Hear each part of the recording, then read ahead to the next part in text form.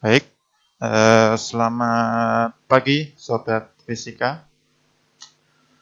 Pada kali ini saya akan menjelaskan materi tentang elastisitas, materi kelas 11.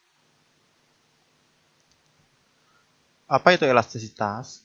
Yaitu benda yang elastis adalah benda padat yang dapat berubah bentuk dan ukurannya karena suatu gaya yang bekerja. Akan tetapi, dapat kembali ke bentuk dan ukuran semula jika gaya tersebut dihilangkan. Contoh benda elastis, gas, dan karet gelang. Itu beberapa contoh benda elastis. Jadi kalau kita tarik akan molor, terus kalau kita tekan akan terkompresi. Jadi kalau kita hilangkan akan kembali ke bentuk semula. Itu contoh benda elastis. Kali ini kita akan belajar tentang tegangan. Apa itu tegangan? Tegangan adalah perbandingan antara gaya yang bekerja pada benda dengan luas penampang. Tegangan sering disebut juga dengan stres. Ini adalah persamaan dari tegangan. Oke. Jadi ini persamaannya, perbandingan antara F dengan A. Ini sigma, ini adalah simbol dari tegangan. F ini adalah simbol dari gaya dibagi dengan A. A adalah simbol dari luas penampang. Jadi tegangan adalah perbandingan antara gaya dengan luas penampang. Ini contohnya, gambarnya di sini. Misalkan ada batang, benda pegas gitu ya, batang pegas. Kita tarik dengan gaya F. Gaya F di sini dibandingkan dengan luasnya, luas penampangnya dari benda tersebut A. Itulah yang dinamakan dengan tegangan.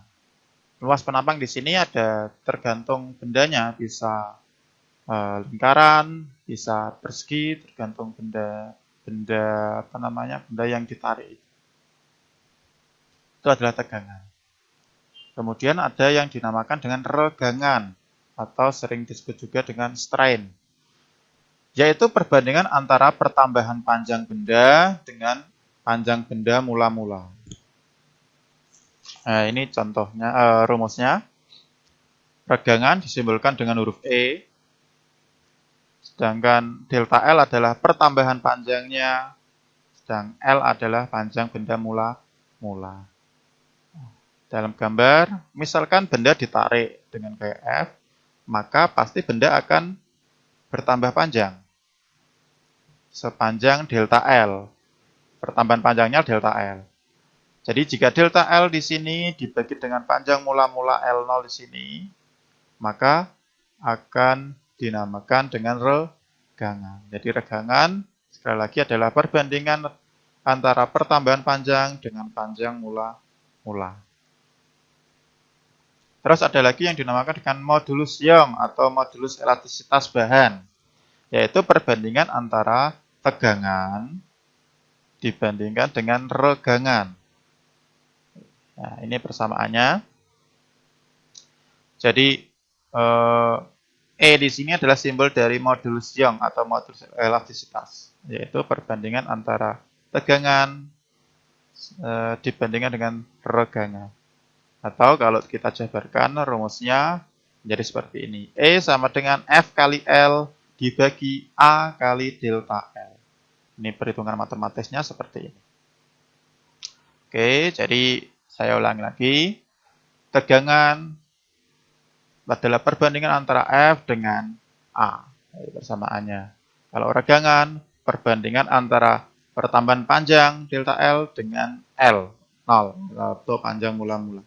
Dengan modulus Young adalah perbandingan antara tegangan dibagi dengan regangan. Jadi kita jabarkan seperti ini persamaannya. Oke, kita lanjut. Sekarang hukum Hooke. Hukum Hooke adalah pada bunyinya pada daerah elastisitas suatu bahan, besarnya pertambahan panjang sebanding dengan gaya yang bekerja pada benda itu. Persamaan hukum Hooke seperti ini. F sama dengan min K kali delta X. Oke. Oke, kita analisis bareng-bareng. Oke. Apabila ada pegas gitu ya. Di sini pegas sebelum kasih gaya pertambahan panjangnya tambah panjangnya adalah X0. Kemudian saya kasih gaya eksternal atau gaya luar sebesar F, maka dia akan bertambah panjang menjadi delta X. Jadi di sini bunyinya besarnya pertambahan panjang atau besarnya delta X sebanding dengan gaya yang bekerja. Berarti kalau delta X-nya besar, F-nya juga harus besar atau sebaliknya. Kalau F besar, maka otomatis delta X juga semakin panjang kan gitu. Jadi F besar, delta X juga semakin besar atau panjang. Kenapa di sini ada nilai minusnya? Oke, saya jelaskan. Nilai minus di sini adalah nilai dari suatu hukum Hooke-nya sendiri. Jadi jika ini pegasnya saya tekan ke kiri sejauh delta X, maka nilai dari gaya pegasnya atau gaya Hooke-nya nilainya sama, tapi arahnya berlawanan. Jadi arahnya berlawanan, minus. Jadi kalau pegas saya kasih gaya ke kiri, maka gaya dari pegas tersebut ingin melawan. Jadi ingin kembali ke kedudukan semula, artinya negatif. Kalau ini saya tarik ke kanan, maka pegasnya cenderung arah gayanya akan ke kiri. Jadi kebalikan. Karena di sini ada nilai negatifnya. Oke. Lanjut. Oke. Sekarang kita belajar tentang susunan pegas. Susunan pegas ada dua macam, yaitu seri dengan paralel. Nah, ini gambarnya. Kalau seri, ini pegas 1 dengan pegas 2 disambung. Disambung seperti ini. Ini susunan seri. Sedangkan susunan paralel, pegasnya sejajar. Jadi dipasang sejajar seperti ini. 1 pegas 1, ini pegas 2. Nilai konstantanya pun tentu beda. Nah, dalam perhitungan matematisnya, konstanta pegas seri, jadi kalau pegas dipasang seri seperti ini, nilainya 1/K total sama dengan 1/K1, miliknya pegas 1, ditambah 1/K2, ditambah dan seterusnya. Dan seterusnya artinya kalau di sini ada 3 pegas atau 4 pegas, maka di sini ditambah 1/K3, ditambah 1/K4, tergantung jumlahnya pegas. Itu kalau pegasnya disusun secara seri. Kalau pegas disusun secara paralel, tinggal ditambah saja konstantanya. Jadi ini konstanta pegas 1, ditambah konstanta pegas 2, tambah konstanta pegas 3, dan seterusnya. Semakin besar nilai konstanta pegas, maka sistem atau pegas itu semakin kaku. Saya ulangi ya, semakin besar konstanta pegas, maka pegas itu semakin kaku. Semakin kecil nilai konstanta pegas, maka pegas itu gampang molor. Jadi tidak kaku banget. Jadi mudah sekali untuk meregang. Molor itu meregang. Jadi kalau nilai K-nya besar, itu sulit meregang atau kaku pegasnya. Kalau nilai K-nya kecil, pegasnya mudah meregang. Oke. Oke, kita beralih ke software simulasinya. Saya menggunakan software PHAT Colorado. Ini misalkan di sini ada gaya ya, ada gaya, ini ada pegas. Spring konstannya, spring konstan itu konstanta pegasnya di sini 200 Newton per meter. Gaya yang bekerja ini masih 0. Nah, misalkan saya kasih gaya ke kanan. Saya tarik ya, saya tarik 8 Newton. Oke, pegasnya kita lihat. Oh, dia semakin meregang, kan gitu ya. Oke, dia semakin meregang.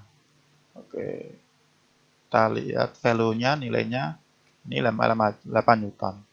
Kalau pegasnya kita tekan, iya, kita tekan, maka pegas ini terkompresi. Kita lihat dengan spring force-nya, kita lihat. Nah, ini spring force-nya. Nilainya sama dengan gaya luar, cuma arahnya berlawanan. Seperti yang saya jelaskan tadi, kalau pegas saya tekan ke kiri, maka ada gaya dari pegas yang nilainya ke kanan. Besarnya 72 Newton sama. Kalau gayanya eksternalnya ke kanan, yang merah ini gaya eksternalnya, maka gaya hooknya atau gaya pegasnya dia akan ke kiri dengan besar yang sama. Makanya tadi ada nilai negatif. Kita lihat displacement-nya atau perpindahannya atau pertambahan panjangnya. Ini displacement-nya 0,415 meter. Oke. Equilibrium-nya, titik seimbangnya ini. Jadi titik seimbangnya di sini. Kalau kita kasih nilai 0 gitu ya. Nilai 0, maka akan di sini. Oke. Coba kita konstanta pegasnya kita perbesar. Kita perbesar menjadi 1000 gitu ya. Jadi pegasnya kaku ini. Nah, kita lihat.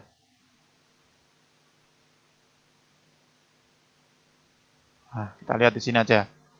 Kalau gayanya 100, dengan pegas konstantanya 1000, perpindahannya 0,1. Dari mana? Dari persamaan tadi, yaitu gaya dibagi dengan konstantanya. Dari 100 dibagi dengan 1000, nilainya 0,1.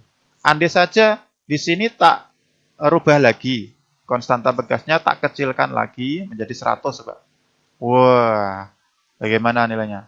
Kalau konstanta pegasnya kecil gitu ya, dengan tak kasih gaya 100, maka perpindahannya bisa semakin besar di sini sampai 1 meter.